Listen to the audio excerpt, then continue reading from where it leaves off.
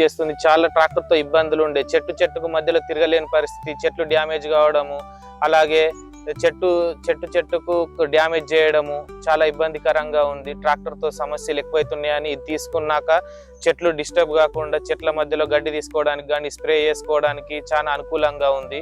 Tractor కి దీనికి చూసుకుంటే మాకు ట్రాక్టర్ కు ఎకరానికి 15,000 నుంచి 20,000 ఖర్చు వస్తుంది ఎకరానికి. అది ఎలా అంటే డీజిల్, మెయింటెనెన్స్, డ్రైవర్ ఛార్జెస్, టైంకు రాలేకపోవడం అంత ఖర్చు పెట్టినా కూడా అప్పుడు రోబో తెచ్చుకున్నప్పటి నుంచి 100 నుంచి 200 ఎకరానికి ఖర్చు చేస్తూ మేము ఫార్మింగ్ చేస్తున్నాము. ఒక ఆపరేటర్ ఉంటే సరిపోతుంది దీనికి. అలాగే దీనికి ఎలా అంటే మ్యాన్ పవర్ మీద డిపెండ్ కాకుండా ఈ వ్యవసాయ క్షేత్రంలో ఓనర్ అయితే ఎవరు ఉంటారో వాళ్ళు ఎవరి మీద డిపెండ్ కాకుండా మనమే ఆపరేటింగ్ చేసుకోవడానికి దీంతో చాలా అనుగుణంగా ఉంది.